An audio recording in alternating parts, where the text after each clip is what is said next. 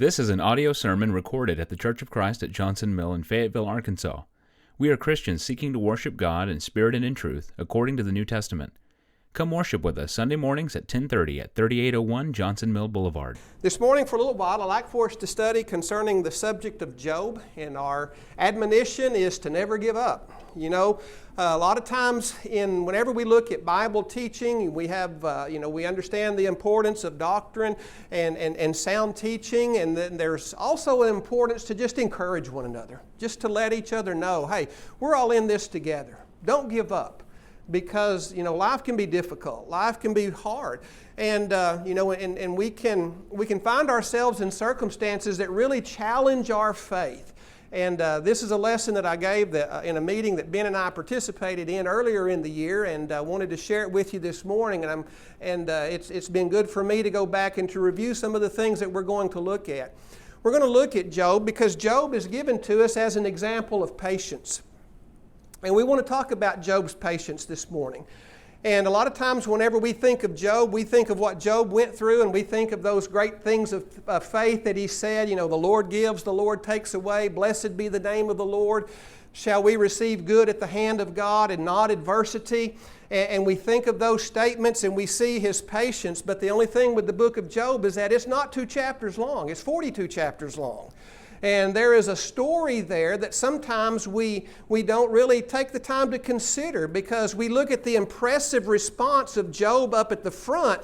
We fail to consider the struggle that he went through throughout the rest of the book.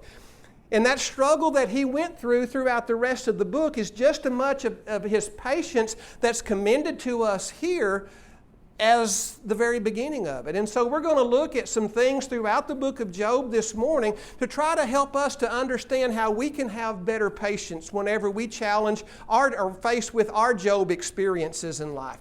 Maybe you're going through a Job experience. Maybe your Job experience is behind you. Maybe your Job experience is in the future. But nonetheless, however it is, we want to be sure that we're equipped to understand what this patience looks like, so that whenever we consider ourselves in the midst of those trials, we can have a good gauge of where we are in relationship to God and enduring this trial. And if we're talking to people who are going through their Job moments, what do you say to them? Have you ever sat with someone that life is just squashed and you're just sitting there thinking, what do I say? What do I say? And then whenever they say things, we're thinking, ooh, I'm not ready for this. To equip us to be ready for those moments. And so we're going to begin in James 5 in verses 10 and 11, where James is writing to a group of people who were experiencing hardship and oppression in life. And he said, "Take my brethren, the prophets, who have spoken in the name of the Lord for an example of suffering and of patience. Behold, we count them happy which endure." You've heard of the patience of Job, and you've seen the end of the Lord, that the Lord is very pitiful and of tender mercy. The first thing we want to identify are these words, patience and endurance, as we see them in this text. Now, we're not talking about patience in the sense that we go to the doctor's office and we have to sit and wait for a long time. Or that we're sitting in a traffic jam. A lot of times when we think of patience, we think of those moments and instances in life. We're not talking about going to the doctor's office or sitting in traffic. But rather, we're talking about whenever life puts the pressure on us. Whenever we feel like that we're being oppressed and we feel like the world is closing in on us. How do we handle that? The first word, patience, that's used here has reference to, and I'm going to put some Greek words up here, but we want to focus on the definition, which means to bear injuries. And so it's not something that's pleasant. There is an unpleasant circumstance taking place. There is an injury. There is a cause for pain or for hurt in my life, and I'm going to have to bear that. The word endure that we see in verse number 11 means to stay under trial, to persevere. And think of the term to stay under. That means that there's something on top of us pushing down. And we can look at that as the pressures that life puts on us. And rather than trying to seek to find a way out or a way of escape for a quick and easy comfort, which adds no virtue and character to our life, we choose to stay under that pressure, to endure that pressure to the glory of God and to the strengthening of our character and our fiber as spiritual people. And then finally, the word patience that's used here simply means endurance. And that's the point that we want to drive home this morning. That whenever we think of patience, it's not a quiet, passive, we're just going to sit around and pass the time away until this thing goes away.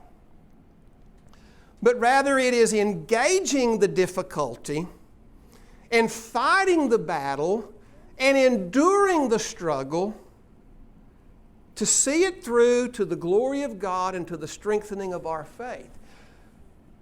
Here's an example of endurance. Hebrews chapter 12, verses 1 to 3. Wherefore, seeing we also are compassed with so great a cloud of witnesses, let us lay aside every weight and the sin which doth so easily beset us, and let us run with patience the race that is set before us. And the word patience there means endurance.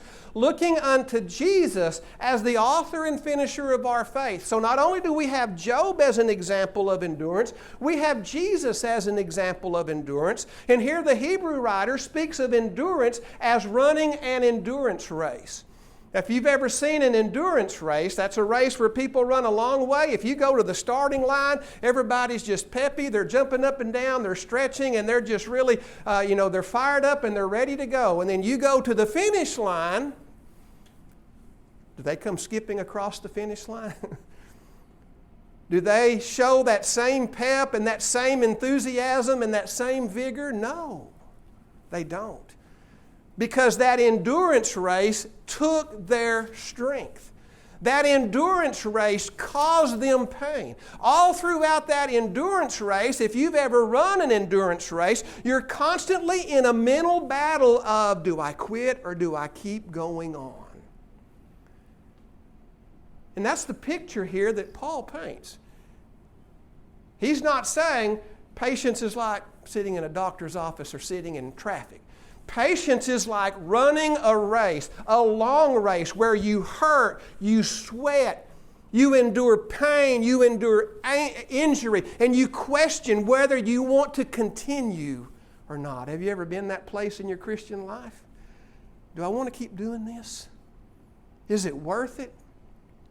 That's what the writer's talking about here. And he holds up Jesus as an example of endurance. Notice, who for the joy that was set before him endured the cross, despising the shame, is set down at the right hand of the throne of God. For consider him that endured such contradiction of sinners against himself, lest ye be wearied and faint in your minds. Think about Jesus enduring the cross.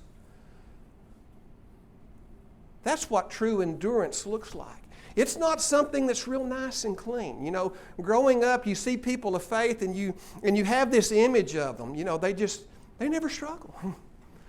They just seem to be so strong that they're just always walking around. The Lord gives, the Lord takes away. Blessed be the name of the Lord. And they've always got a smile on their face. And then all of a sudden we encounter a struggle and then we begin to ask questions. Why me? This is not fair. And then we begin to question ourselves. Why can't I be strong like that person? And the thing that we want to highlight this morning is that what we might see in other people that looks like impeccable faith with no struggle during trial, we don't really see what goes on the inside. We don't see what's going on in the quiet moments. We don't hear their questions. And I want us to understand that whenever we're enduring, if you're struggling during endurance, you're doing exactly what we do. We struggle. And thank God that we struggle, because if you're not struggling, then you've given up the fight. The fact that we're struggling means that there's still life that we're trying to hold on to. So whenever we face struggles and we ask questions, don't feel bad about yourself. Or if you hear people who are going through difficulties and they're struggling and they're asking hard questions, don't step back and say, whoa, now I don't know about this. Because what's happening is what patient people do. Think about Jesus on the cross. Think about his agony in the garden.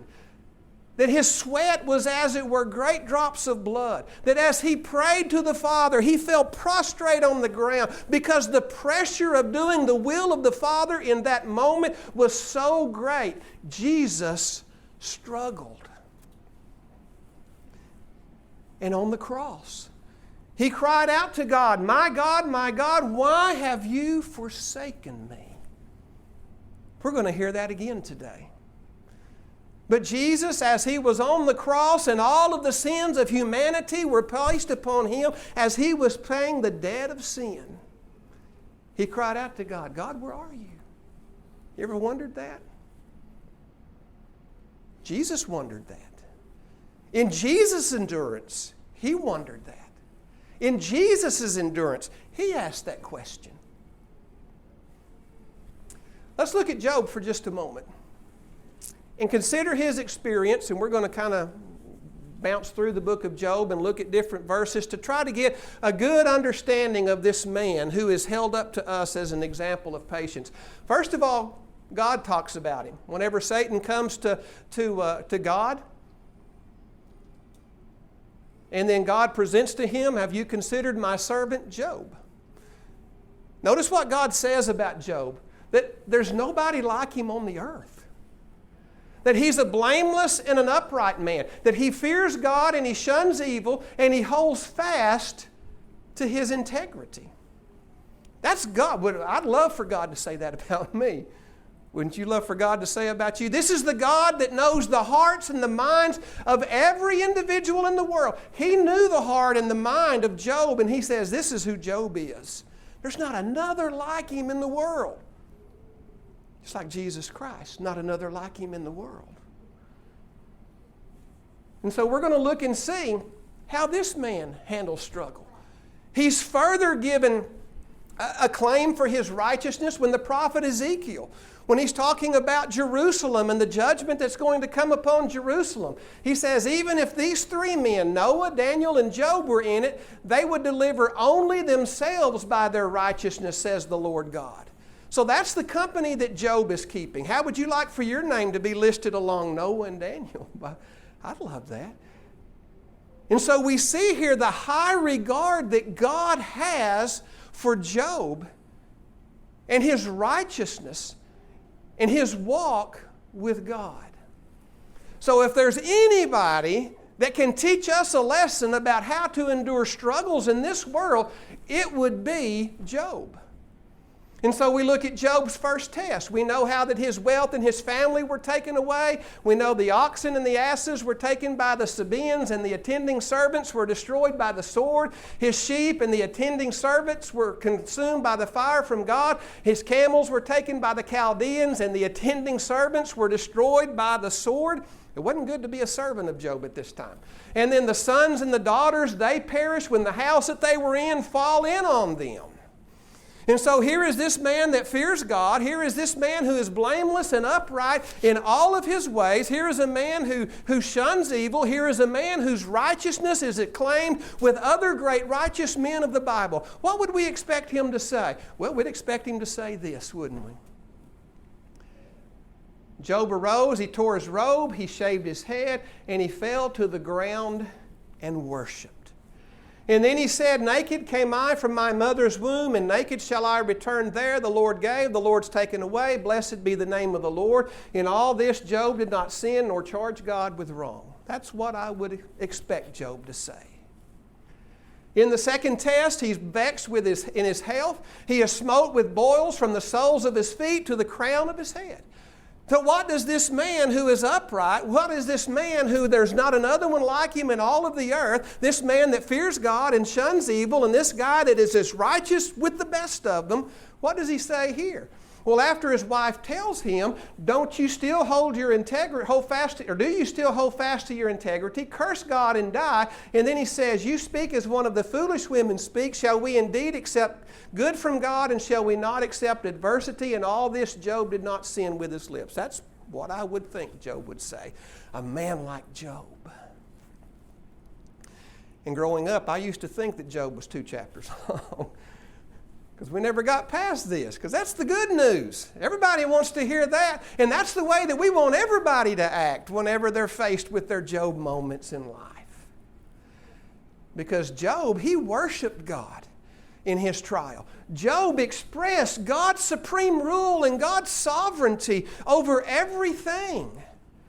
Because that's what a man who really fears God and serves God is going to do whenever life puts the pressure to him. But what were Job's next words? In Job chapter 3, verses 3 to 5, Job says, "May the day perish on which I was born." Now, wait a minute. Is this the same guy? Is this the same guy?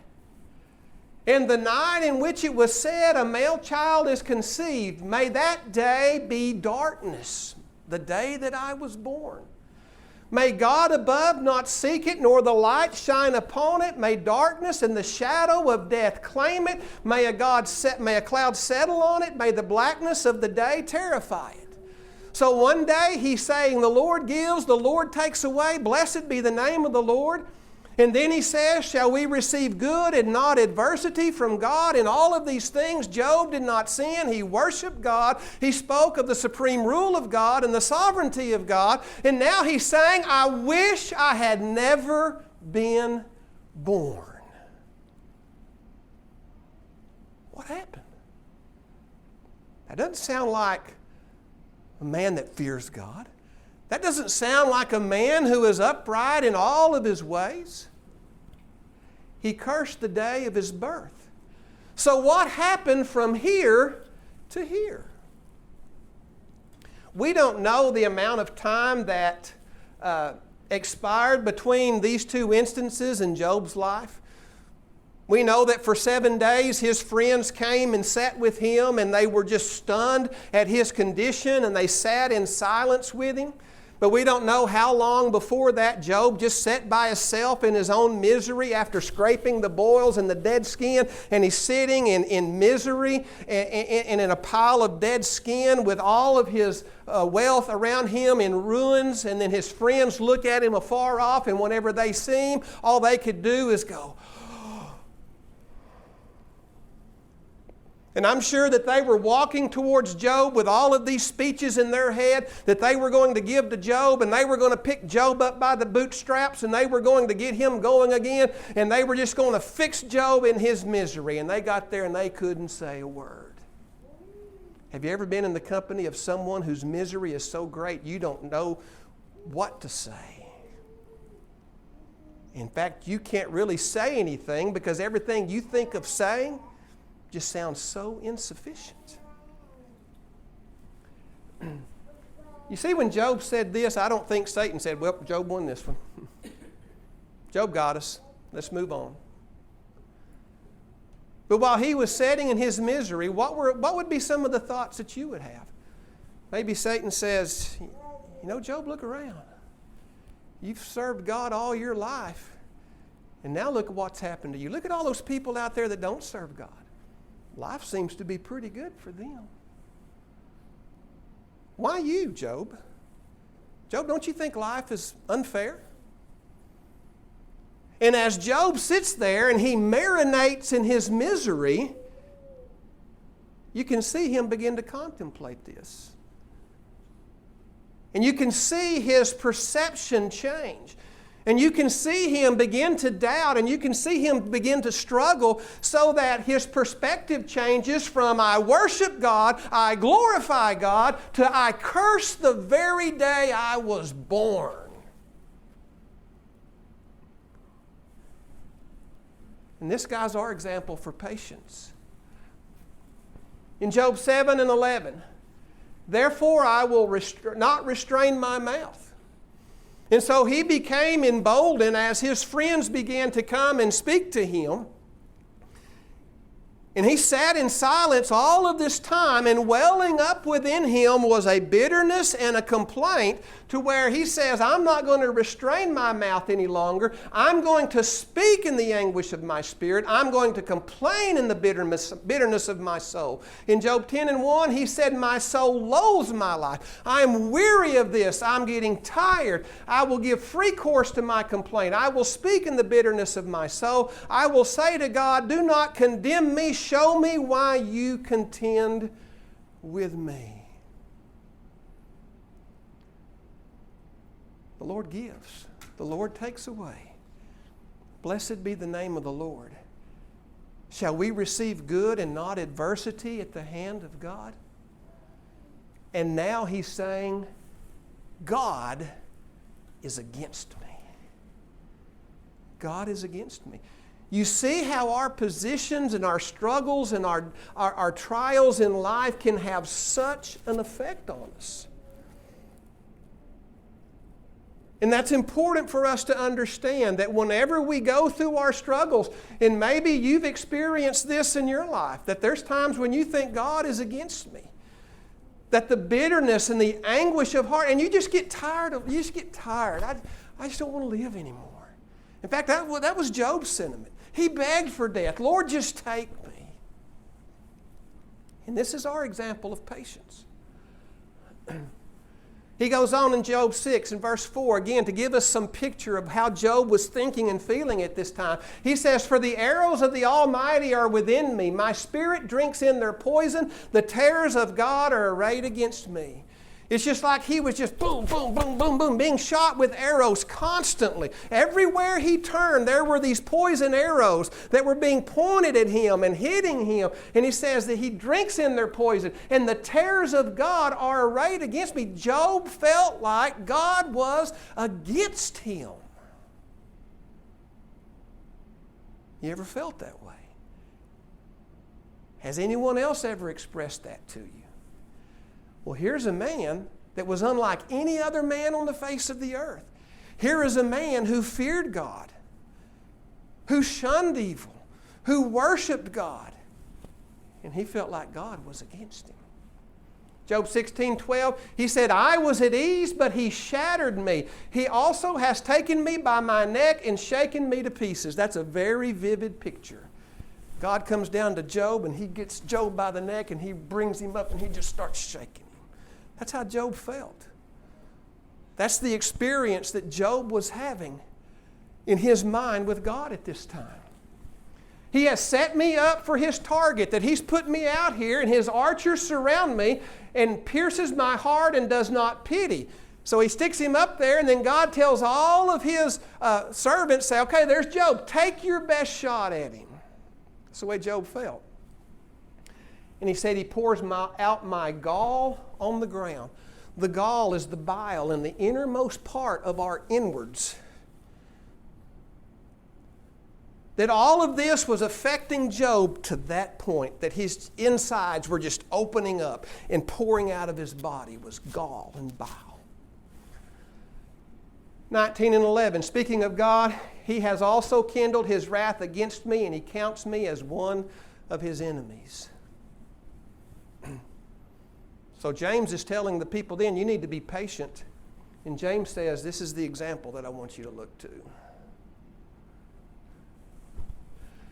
Then his friends come along, and they're going to fix Job. One of the things that I want us to understand in studying Job, and as I've gone through and studied it, it's how to help people and how to counsel people. A lot of times when we see somebody in the condition that Job is in, we got to fix them. I mean, they're broken. Nobody should ever say that God is his enemy. Nobody should ever think that God is doing all of this. And so we've got to explain this to Job. We've got to make sure Job understands. And so his friends give him some counsel. And so here's some of the counsel that we see. Eliphaz, remember now, whoever perished being innocent, Job? Or were the upright ever cut off? Even as I have seen, those who plow iniquity and sow trouble reap the same. By the blast of God they perish, and by the breath of his anger they are consumed.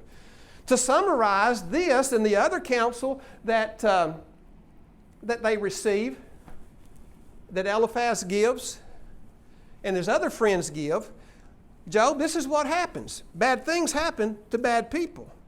Job, bad things are happening to you. Job, you're a bad person. You're getting what you deserve. So say Ben, he has an extreme accident and he's laying up in the hospital, and I go into Ben and he said, well, Ben, you know what? You got what you deserve. I don't know what it is, but you're a bad person. And then Ben said, whew, boy, thanks for telling me that. I feel so much better now that I understand what's going on. How long will you speak these things?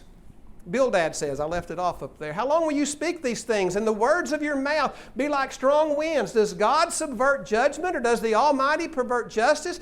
If your sons have sinned against Him, He has cast them away for your transgressions. Oh great, now I'm a terrible person, and my kids are terrible too because their house fell in on them. If you would earnestly seek God and make your supplication to the Almighty, if you were pure and upright, surely now He would awake for you and He would prosper you and your dwelling place. This is Bildad in Job 8. And so he's going to tell Job, here's the answer to your problem. Job, you just need to seek God more. You just need to seek Him more. And Job's probably thinking, that's all I've done all my life, is seek God. Ask God yourself. He says there's nobody like me. But here's Bildad. You just need to seek God. You know, and sometimes whenever we're talking to people that are hurting and in pain and in struggle like this, we give, and that's, I mean, it's never bad advice to tell people to seek God. But we have to understand where they are. We have to understand what they're going through. And sometimes before we tell people they need to seek God, we need to take the time to try to understand what they're going through. Amen. So that when we do tell them to seek God, it'll mean something then. But if I just march right into Ben's room and say, Ben, you got what do you deserve? You're doing something bad. Ben, you need to seek God. Without showing compassion, without showing mercy and care, he's probably going to think, I don't need you to preach to me. You don't know me. And then Zophar, this is in Job 11, verse 4. For you have said, my doctrine is pure and I am clean in your eyes. Job, you're saying you're a good guy. But oh, that God would speak. Now, if God could speak, He would tell us different. And open up His lips against you, that He would show you the secrets of wisdom, for they would double your prudence. Know therefore that God exacts from you less than your iniquities deserve. In other words, Job, you don't have enough kids for God to kill. So now, I'm not being told you got what you deserve. Job is being told you actually got less than you deserve. Job, as miserable as it is for you, you should thank God that it's not more miserable for you than it is, because that's what you deserve. Boy, these are great counselors, aren't they? In fact, that's what Job tells them. Job 16, you're miserable counselors. The smartest thing that they did in working with Job was to sit there and be quiet for 7 days. Because once they opened their mouth, it went downhill. So here is a man in extreme misery, and the help that he's getting is no help at all. He's not getting any help from his friends. He goes on to say he's not getting any help from his family, and he's full of this bitterness and anguish, and he wants to be able to talk about it, but nobody's interested in listening to him. They just want to fix him. In Job 23, Job says, I've had enough of this. And Job answered and said, even today my complaint is bitter, my hand is listless because of my groanings. Oh, that I might find Him, that I might come to His seat. I would present my case before Him and fill my mouth with arguments. I would know the words which He would answer me and understand what He would say to me. Would He contend with me in His great power? No, but He would take note of me. I want to talk to God. And I want to stand before Him, and I want to give Him my complaint. I want to present my case before Him. I'm going to have my mouth full of arguments. I know exactly what I'm going to say, and I'm going to lay out my case before Him. And when I do, is He going to contend with me? No, He's going to take note of me. Job, I see what you're saying. See, that's what Job thought. That's what Job wanted. In Job 31, 35 to 37, oh, that I had one to hear me. Here is my mark. Oh, that the Almighty would answer me, that my prosecutor had a written book. Surely I would carry it on my shoulder and bind it on me like a crown. I would declare to him the number of my steps. Like a prince, I would approach him. The prosecutor writing a book, that they would write out the charges against Job. And Job says, hey, that's great. You want to do that? Do that. And I'll take that book and I'll put it on my shoulder and I'll wear it on my crown and I'll carry it in and I'll lay it out and I'll tell you why you're wrong. That's where Job was. And this is our example of patience. Have you ever felt like that? Have you even kind of felt that way? And then you feel bad for it. But understand, this is what a righteous person does whenever life puts pressure to a degree and an extent that we've never experienced before. Job 38, 1-4, then the Lord answers Job. So let's stop for just a moment and see where we are. This is Job's expression. He's in bitterness. He's in anguish. He thinks God is his enemy. His friends come to tell him, Job, bad things are happening to you. Bad things happen to bad people. Therefore, you're a bad person. You just need to seek God. And Job is saying, you're not listening to me. You're not listening to me. That's not it. And then Elihu comes along. He's listened about all that he can. And so finally the young man steps up and says, okay, I've been listening to all you older people talk. I've got to speak now. And Elihu, in his response, says, yeah, bad things do happen to bad people. But that also sometimes bad things happen because God is trying to teach us and to save us and to turn us in the direction of his way. And so Job has heard all of this, and he's saying, I want to talk to God, I want to talk to God. And then Job, the Lord appears to Job out of the whirlwind.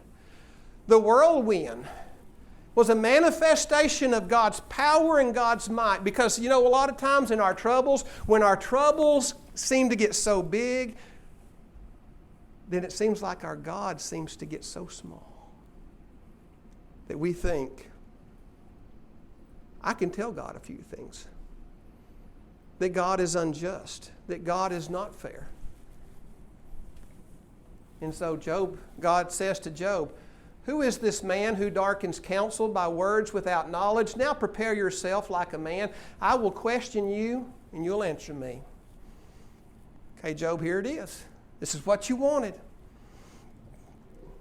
In Job 40, verses 3-5, then Job answered the Lord, behold, I am vile. What shall I answer you? I lay my hand over my mouth. Once I have spoken, but I will not answer. Yes, twice, but I will proceed further. But Job, you were wanting this moment. You were prepared for this moment. You had all of your arguments lined up. You were going to carry the accusations in before God and lay them out and just tell God, and then God's going to say, you know, Job, you're right.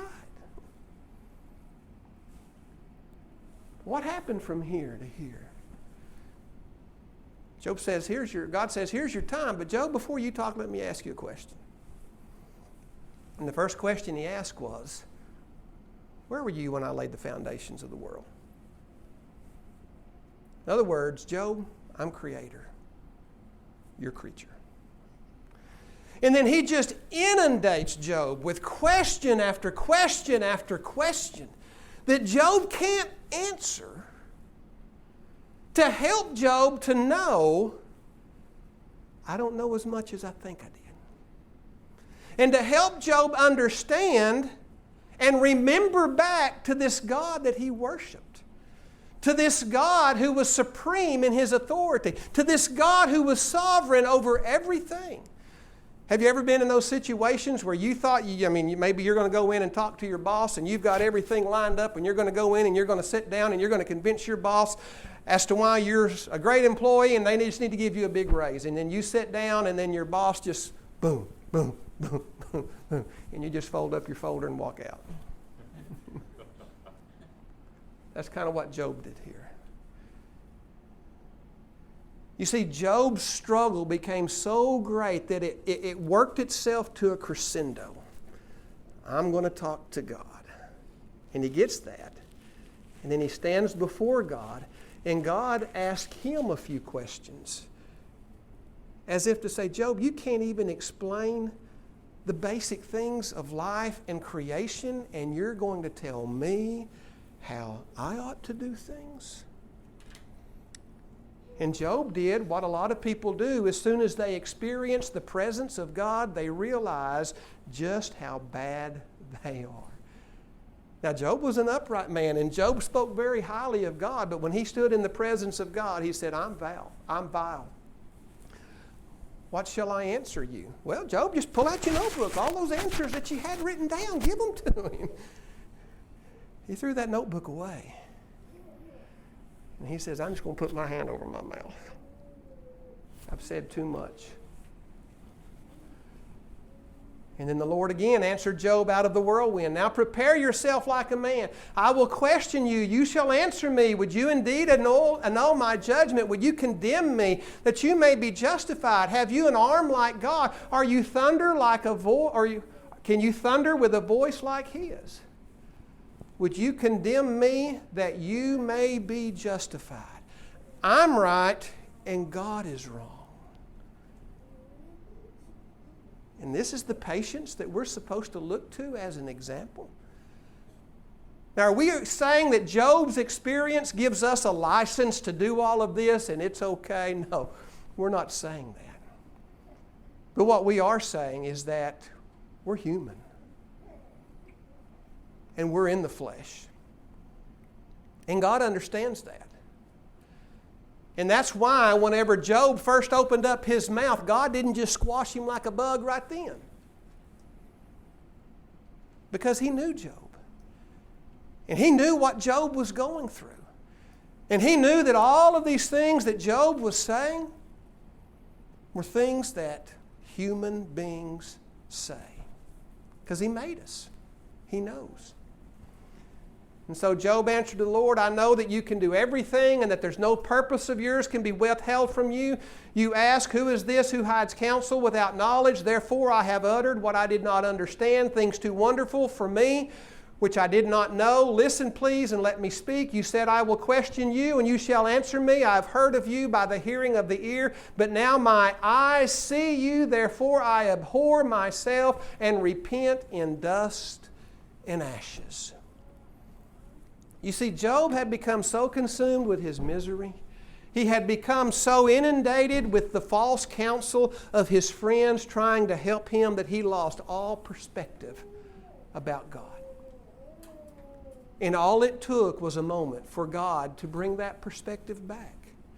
And whenever God brought that perspective back, Job repented in dust and in ashes. And we know how that the story concludes. The Lord restored Job's losses when he prayed for his friends. And indeed, the Lord gave Job twice as much as he had before. Then all of his brothers, all of his sisters, all those who had been his acquaintances before came to him and ate food with him in his house. They consoled him and comforted him for all the adversity that the Lord had brought upon him. Each one gave him a piece of silver and each a ring of gold. Now the Lord blessed the latter days of Job more than his beginning. For he had 14,000 sheep, 6,000 camels, 1,000 yoke of oxen, and 1,000 female donkeys. So the Lord blessed him in the end. After Job was restored in his understanding of God. Now, does that mean that whenever we go through a difficulty in life, at the other side of it, we can expect double what we lost? I don't think that's the idea here. But what we can expect is something a lot more than double, eternal life at the resurrection. Sometimes our restoration may be in this life. Our restoration may wait till the coming of our Lord. But that restoration will be there. But we see where Job ends up. But we see the roller coaster ride that Job went on. And that's one of the things that we want to highlight, is that endurance and patience is not pretty. Endurance and patience can be a very ugly, can be a very difficult thing. We may say things, we may think things that we don't think. Other people may say things and do things and think things that they don't normally think. But at that time when that pressure is upon us because we are flesh, that's what endurance looks like. So what are some lessons that we can learn from this in closing? Number one, the Lord is very pitiful and of tender mercy. That's what James says in James chapter 5. The Lord is very compassionate and merciful. You know, whenever it seems like the Lord is against us, whenever it seems like the Lord is forsaking us, the Lord is faithfully sitting in heaven, being compassionate and merciful to us. And He's watching us every step of the way. Every sigh He hears. Every tear He's affected by. Every moan, every grief touches His heart. Now, in the middle of our experience, it may not seem like that. But we have to have faith and confidence that He is. One of my most favorite verses in the Bible, Psalm 103, 13 to 14. As the Father pities His children, so the Lord pities those who fear Him. For He knows our frame. He remembers we're dust. He made us. He knows how we are. And so whenever Job was crying out, God, you're my enemy, he was saying, that's Job's dust talking. That's Job's dust talking. He's in the middle of a hard thing. He's going through something difficult. I'm going to be merciful and I'm going to be compassionate and I'm going to have pity on him. Those of us that have kids, that have raised kids, having pity on our children, we're aware of their weaknesses. We're aware that whenever they fall, we are aware of their struggles. And that's the way that God is towards us, and that's the way that God is towards Job. And as parents, sometimes we let our kids struggle, don't we, to learn the lessons of discipline and character that they need to learn. But that doesn't mean that we don't love them. Sometimes it takes greater love to step back and let things go. But a lot of times we think that if God loves us, He's going to be there for the immediate rescue. What happens if you just rescue your kids over and over and over again? You're not mom and dad anymore. You're just somebody that gives them all they want. And if God swooped in and rescued us from every pressure of life, He wouldn't be God to us anymore. It'd just be a heavenly Santa Claus. We just write out a list of things that we want, shoot them up to God, and expect them.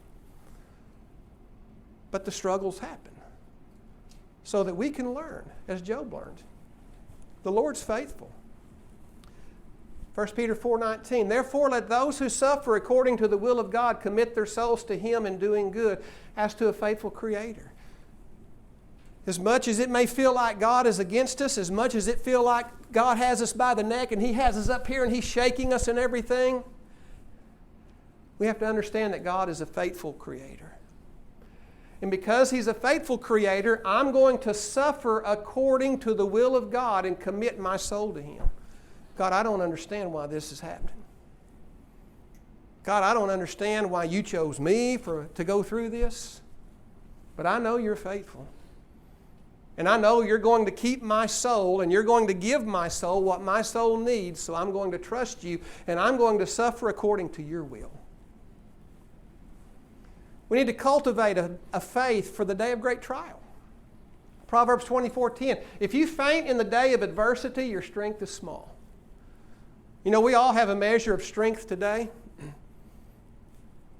And we may feel really, really strong today. I felt real strong this morning getting up, putting on this coat and this tie and packing up my satchel and walking in here all educated looking and being around great people that are just, the best that you can be around, It's real easy to feel strong and invincible right here.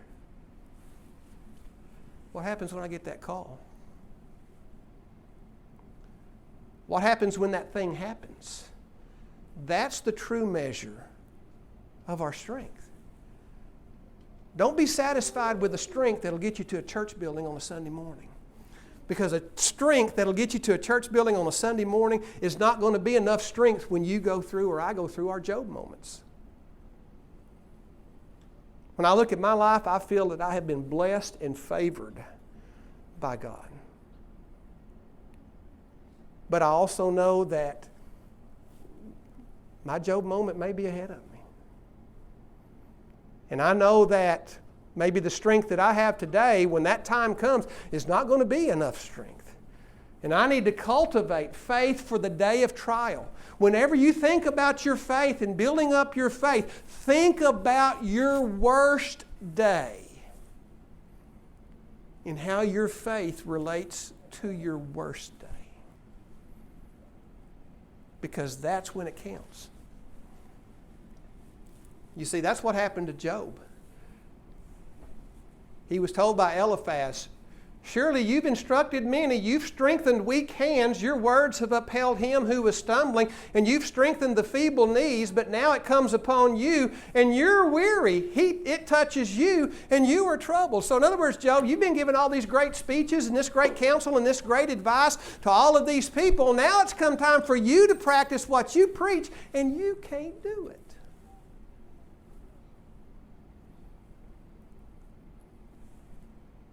You know, we need to remember what we say to other people, because what we say to other people in their Job moments could come back to us.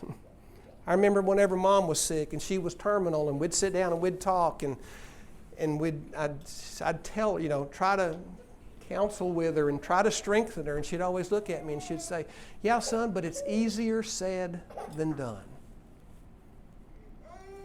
Well, everything's easier said than done.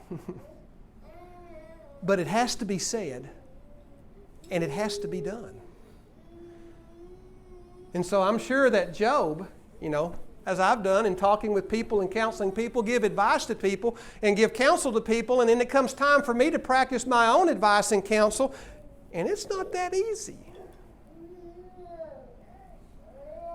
And so whenever we look at our trials, we need to cultivate our faith for the day of trial. And we need to expect expressions of feelings of despair and anguish in ourselves and in others in time of great suffering, and address them appropriately. That's so important. That whenever we're talking to people or even looking at ourselves, that we understand the expressions of despair and anguish and how they relate to patience. We step back, you think God is your enemy? Oh, well, I've got to fix that. I've got to explain that to you. No. Maybe just look at them and mercifully say, I could understand why you would think that. If I had all of my family taken away, all of my wealth taken away, and if I was vexed from head to toe, I could perfectly understand why you would think that.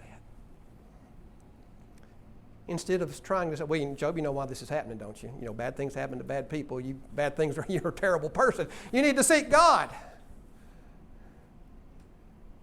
Which is going to be more helpful. Because a lot of times the expressions and the feelings that we have during our times of anguish, we don't mean them. That's just the dust crying out. Romans 8, Paul says that we groan and we travail while we live in this bondage of corruption down here. If you haven't ever thought that, I want to talk with you because you're special. You're special. You see, there is a time to weep. There is a time to mourn. We're averse to weeping and mourning. If you walk up on somebody that's crying, what's one of the first things that you try to do? Try to get them to stop crying. Because it makes us uncomfortable. If you're around people that mourn, it makes us uncomfortable. But Solomon, in his wisdom, in noticing how life plays out, says there's a time to weep, there's a time to mourn. Whenever I was a school counselor, whenever a student would have a death in the family, everybody would, well, have you talked to him? Have you talked to him? What have you done for you? Well, no. Let them mourn. Let them mourn. If there's a concern, we'll address it. But let them mourn. Don't expect me to bring them into my office and give them a speech where they're going to walk out and start going around school smiling at everybody so that everybody else feels comfortable. Let them mourn. Rejoice with those who rejoice. Weep with those who weep. You see, Job's friends, they couldn't do that. We've got to get Job straightened out on his theology. We've got to fix him. Just weep. Just weep. Because that's what Job wanted. Job just wanted somebody to listen to him. Just listen to me. Don't preach to me. Because while you're listening, you're building the rapport to teach later. That after they've gone through and they're sitting there thinking, and they look at you with a rational head and say, do you think God is my enemy? Comfort and strength is not found in answers to all of our questions. It's found in knowing God is in control and works all things according to His plan and purpose. We know that all things work together for good to those who love God and to those who are called according to His purpose. At the end of the book, what did God explain to Job? Okay, Job, here's the deal. This is why all this happened. You see, Satan came to me and he was looking for somebody to tempt, and I just thought so much of you. I said, hey, try Job. He's a good guy. I know he's going to, and so Job listened, and then Job, he finally, okay, all right, God, I got it. I understand now. Everything is good. No, God didn't do that. God didn't tell Job why. You see, we have the behind the curtain story. Job didn't have chapters 1 and 2 to know what was going on. God just simply, Job, I'm God. I'm the creator. You're the creature. You don't know how this world works because you don't create it. You can't even explain the simplest of things of this world to me. And so Job understood that. And that's why it is with us. Whenever we are in our Job moments, don't try to figure it out and come up with all of the answers, because we're not going to know all of the answers. And if somebody claims to know all of the answers, they're being presumptuous and arrogant. And that's why you see people today, well, whenever a bad thing happens, then I've got to figure out, okay, this bad thing happened because several years ago I did this bad thing, and so this thing goes with this thing. We like to try to connect the dots where we have some sense of rationality and some sense of justice and fairness about it. It doesn't work that way. It doesn't work that way. Sometimes bad things just happen because we live in a fallen world. And if we want an explanation as to why bad things, that's the explanation. We live in a fallen world. There is no fairness in this world. There is no justice in this world. We clamor for justice. We don't want justice because if we had justice, we wouldn't be here. This story would have been written and over with a long time ago. And so all of these cries for justice begins with God. And when a people turn their back on God, there will be no justice. There will be no fairness. And as Christians, we shouldn't clamor for justice and fairness whenever the greatest blessing and benefit of our life is the mercy and compassion that's given to us. And so we're not going to have all of the answers. If somebody asks you why, if you're a comforter, just say, I don't know. There's nothing wrong with that. I don't know. And then when it's appropriate, you can explain to them some things about the sovereignty of God and how bad things happen to good people and how that all in the end we know that it's all going to work together for good. And that's what should satisfy us in our misery. That. Not that we have all of the answers. It's not our knowledge of the situation that brings comfort. It's our faith and dependence upon God that gives the true healing in time of misery. And then finally, never give up. Never give up. Job, he said some pretty strong things, didn't he? But in everything that he was saying, his focus was where? It was God. He knew God was there. And he knew that God had to be dealt with in this situation. He wasn't someone that's, well, I can never believe in a God that would do this. He didn't say that because he knew he couldn't. Because he knew God was powerful and he was going to have to be dealt with. And Job thought, I'm going to deal with him. He never turned his back on God. And so that's the way it is with us today.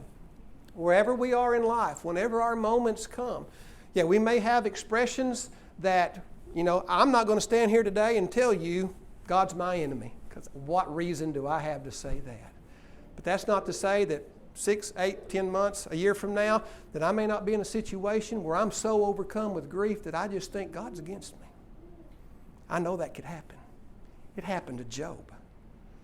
It happened to Jesus. My God, why have you forsaken me?